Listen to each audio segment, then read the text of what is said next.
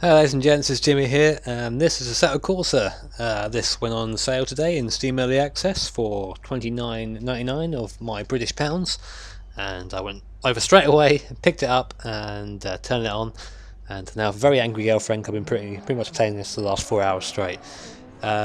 Here is my favourite car track combination, I guess you can say.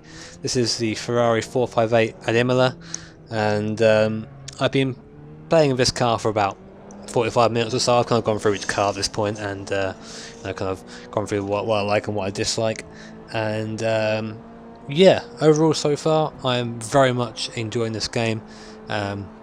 We'll start with what we can see, I guess, the graphics and how this game looks. It's a very pretty game, kind of matching Project Cars, I guess, that sort of area of gameplay. A bit more optimised though. The game runs better than Project Cars, well, the last time I played Project Cars anyway. And yeah, I mean, I'm not sure if you can see in the top right hand corner of my screen here, I did have a little FPS counter when I was doing it, recording at about 80 frames per second, but occasionally dropping below, so they're doing a pretty good job on that. Next thing I want to quickly go over, this is kind of a first impressions video, so it's not really kind of in depth, it's just kind of my impressions, is what I think of the physics, or what I think of the physics on some cars and others. There is definitely potential in Assetto Corsa as it is now. It seems that a lot of the games have potential but actually haven't yet, and this is a beta, it's not out yet, so I'm going to excuse that, that's fine. There are a couple of cars in the mod, I say in the mod, I'm so used to talking about R Factor, a couple of cars in the game that are a bit iffy, one of which is the Lotus 49, which it kind of pains me to say that the iRacing one is actually better. The iRacing one has the car oversteers in the iRacing one, it simply doesn't in this one. You can pretty much have the grip of a downforce car in the 49 as it is at the moment, so I think that needs a bit of a tweak. But otherwise, a lot of the cars are a lot of fun to drive. There's Ferrari here, of course, the Lotus, Elise, and the Exige. They're a lot of fun to drive. Love the supercharged sound in those, and of course the BMW GT2, which is the racing car in this game, and it's a lot of fun.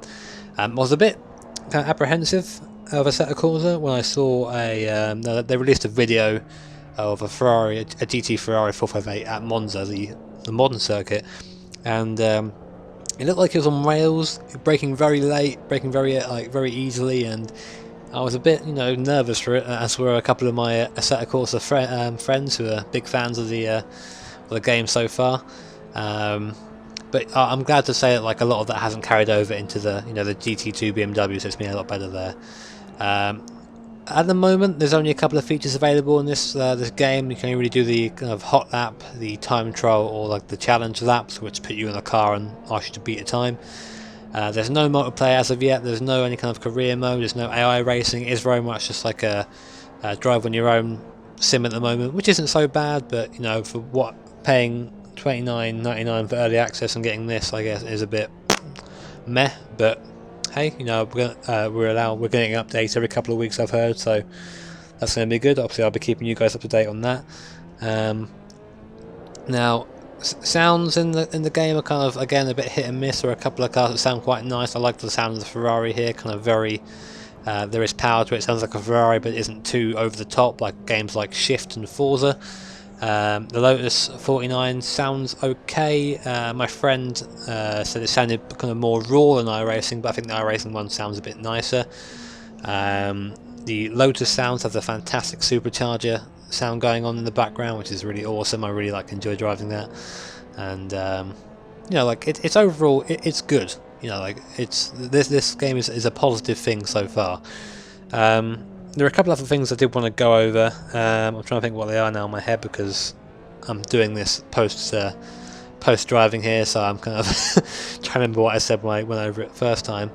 A nice feature, obviously, you have the ghost car there. I mean, it doesn't sound like that big of a feature in driving games, but a lot of driving games don't have the ghost car in there. I mean, iRacing only added it very recently, and it's good to have. Something that was in the beta that you could see, or the beta they released earlier on the year with just the Lotus, is it's not really shown in the video, but if you wave your mouse over to the right hand side of the screen, you can pretty much customize your kind of UI and get all the bits there you want, get it all sorted out, which is nice. I've chosen to have the delta on screen and the the throttle inputs on screen, just for me really, just so I can kind of look at my laps, have a bit of reference to it.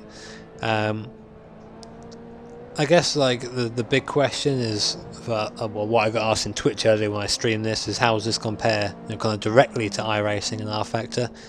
And in terms of physics, I'd say it beats rFactor fairly easily. Obviously, rFactor is dependent on mods. I can't speak for rFactor 2 because I haven't got it and don't plan to get it until it shows some actual promise, to be honest. I mean, I know saying that and me saying, oh, I've got Assetto Corsa is a bit hypocritical, but I've got a lot of friends who have rFactor 2 and basically just told me it's not worth getting just yet. In terms of iRacing, they both have different strengths. I think that iRacing is a bit icy, if that makes sense. It's a bit slippery in terms of physics. There's a lot of cars that just, for no reason, slide around every corner no matter what you do, and then it's just quite frustrating to drive. Assetto Corsa, the cars, they drive well and handle well. If you touch a curb, you'll know about it. If you get a wheel on the grass, you'll know about it, and I really enjoy that. I mean, they're it's just a beta at the end of the day. Like, to compare them at this stage really isn't really correct.